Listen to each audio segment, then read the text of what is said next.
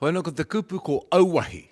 I rote I tēnei rerenga, auwahi ana, smoking, nā te mea, he tohu mo te tangata, he tino hīkaka, he tino kaikanona kia mahia, kia tino mahia tētahi mahi.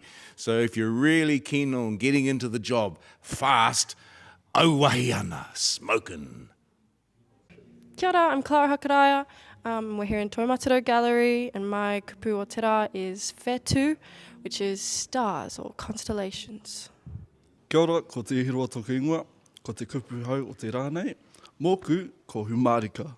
Humarika means to be gentle, to be pleasant. Ai, kia ora. Kia ora e te whānau, ko Tahuaroa Mata Tuitionington Ohia toku ingoa. Te kupu o te rā, no takiwātanga. He aha o takiwātanga means in his or her own space.